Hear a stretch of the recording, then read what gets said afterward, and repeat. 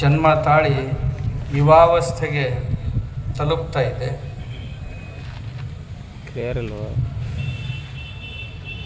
ಆ ಸಂದರ್ಭದಲ್ಲಿ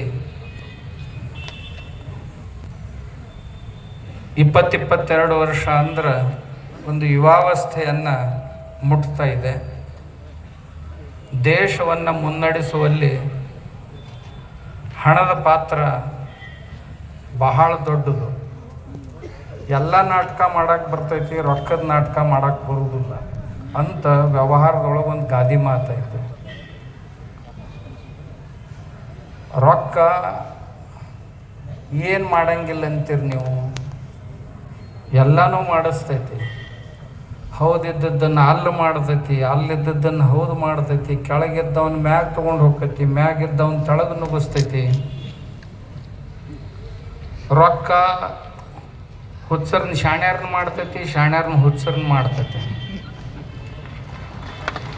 ರೊಕ್ಕ ಏನೂ ಮಾಡೋದಿಲ್ಲ, ಹೋಗಿ ಮಗ್ಗಲು ಕುಂತು ಅಂತಂದ್ರೆ ಯಾರು ಮಗ್ಗಲು ಕುಂದಿರ್ತೈತೆ ಅವರನ್ನು ಪ್ರಭಾವಿತರನ್ನಾಗಿ ಮಾಡ್ತೈತೆ. ರೊಕ್ಕ ಯಾರಿಗೂ ಮಾತಾಡೋದಿಲ್ಲ, ಆದ್ರೆ ಸಿಕ್ಕಾಪಟ್ಟೆ ಮಾತಾಡಕ್ಕೆ ಹಚ್ತೈತೆ. ಅದು ಬಂತು ಒಳಗಂತಂತಂದ್ರೆ ಕಂಟ್ರೋಲ ಉಳಿಯಂಗಿಲ್ಲ. ರೊಕ್ಕ ಪಕ್ಕದಾಗ ಬಂದು ಕುಂತು ಅಂತಂದ್ರೆ ನಿದ್ದಿನ ಮಾಡಿಬಿಡಂಗಿಲ್ಲ. ಅದು ಬಂದು ಮನ್ಯಾಗ ಕಪಾಟದಾಗ ಕುಂತಿರ್ತೈತಿ, ಇದಕ್ಕೆ ನಿದ್ದೆ ಬರೋದಿಲ್ಲ, ರೊಕ್ಕ ಆರಾಮಾಗೆ ಮಲ್ಕೊಂಡಿರ್ತೈತಿ. ಎಲ್ಲಿ ತುಡುಗರು ಬರ್ತಾರೋ, ಬಾಗಲ ಮುರಿಯವರು ಬರ್ತಾರೋ, ಬೀಗರು ಬಿಜ್ಜರು ಬಂದು ಸಹಿತ ಸಂಶಯ ತಗೊಳಕ್ಕೆ ಶುರು ಮಾಡ್ತೈತಿ. ಇವ ಏನ ಕೇಳಕ್ಕೆ ಬಂದಾನ ಅನ್ನಿಸ್ತೈತಿ. ಇವಂದೇನು ತಪ್ಪಲ್ಲದ, ಅದು ಏನು ಕುಂತೈತಲ್ಲ ಇವನು ಮಗ್ಗಲು ಬಂದ ಅದ್ರದ್ದು. ಆದ್ರೆ ಅದು ಮಾತ್ರ ಯಾರು ಕೂಡ ಜಗಳಾಡಂಗಿಲ್ಲ, ಇವನ್ ಎಲ್ಲದಕ್ಕೂ ಹಚ್ಚಿರ್ತೈತಿ. ಬಹಳ ದೊಡ್ಡ ಈಗ ಅಂತಲ್ಲ, ಯಶಾಸ್ತಿ ವಿತ್ತಸ್ಸ ನರಕುಲೀನಃ ಸಪಂಡಿತಃ ಸ ಗುಣಜ್ಞಃ.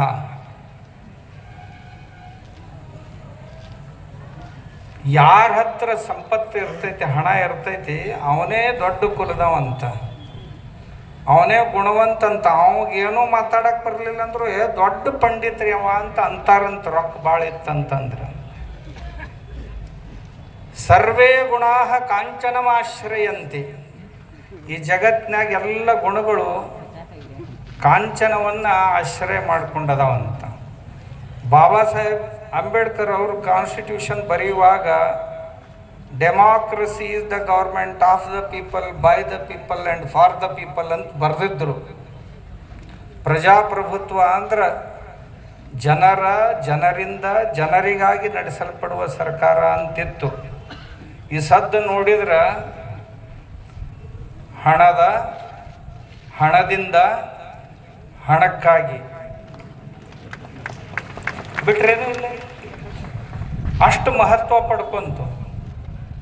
ದುಡ್ಡಿತ್ತಂದ್ರೆ ಶರೀಫ್ ಸಾಹೇಬ್ರು ಹೇಳಿದ್ರು, ದುಡ್ಡಿನ ಬಡ್ಡಿ ದೊಡ್ಡದಿರುವ ತನ ದೊಡ್ಡಪ್ಪ ನಮ್ಮವ ಎನ್ನುವರು, ದುಡ್ಡಿನ ಬಡ್ಡಿ ತೀರಿದ ಬಳಿಕ ದಡ್ಡ ಸುಳಿ ಮಗ ಎನ್ನುವರು. ಶರೀಫರು ಹೇಳಿದ್ರು. ರೊಕ್ಕ ಏನು ಮಾಡೋದು, ಹುಚ್ಚ ಹಿಡಿಸ್ತೈತಂತ ರೊಕ್ಕ.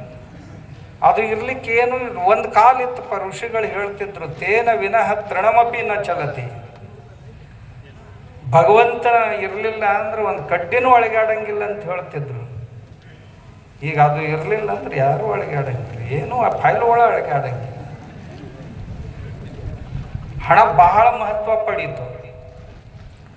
ಆದ್ರೂ ಒಂದು ಮಾತನ್ನು ನಾವು ನೆನಪಿನಾಗ ಇಟ್ಕೋಬೇಕು, ಹಣ ಎಷ್ಟೇ ನಮ್ಮ ಹತ್ರ ಇದ್ರೂ ಸಹಿತ ನಮ್ಮ ಜೀವನಕ್ಕೆ ಸಾಧನೆ ಹೊರತು ಅದು ಸಾಧ್ಯ ಎಂದೂ ಆಗಲಿಕ್ಕೆ ಸಾಧ್ಯ ಇಲ್ಲ. ಅಷ್ಟೇ ಅಲ್ಲ, ಹಣ ಎಷ್ಟೇ ಮಹತ್ವ ಪಡೆದುಕೊಂಡ್ರೂ ಸಹಿತ ದೇವರಿಗಿಂತ ಈ ಸದ್ದು ರೊಕ್ಕೇನು ಕಡಿಮೆ ಅಲ್ಲ. ದೇವರಿಗಿಂತ ರೊಕ್ಕೇನು ಕಡಿಮೆ ಆಗೋದಿಲ್ಲ. ಆದ್ರೆ ಏನು ಕೊಟ್ಟರು ದೇವರಾಗಕ್ಕೆ ಬರುವುದಿಲ್ಲ, ಹಣಕ್ಕೆ ದೇವರಾಗಕ್ಕೆ ಬರುವುದಿಲ್ಲ. ಹಣ ಇರಲಿಲ್ಲ ಅಂದ್ರೆ ಮನುಷ್ಯ ಹೆಣ ಆಗ್ತಾನಂತ, ಹೆಣ ಆಗ್ತಾನೆ.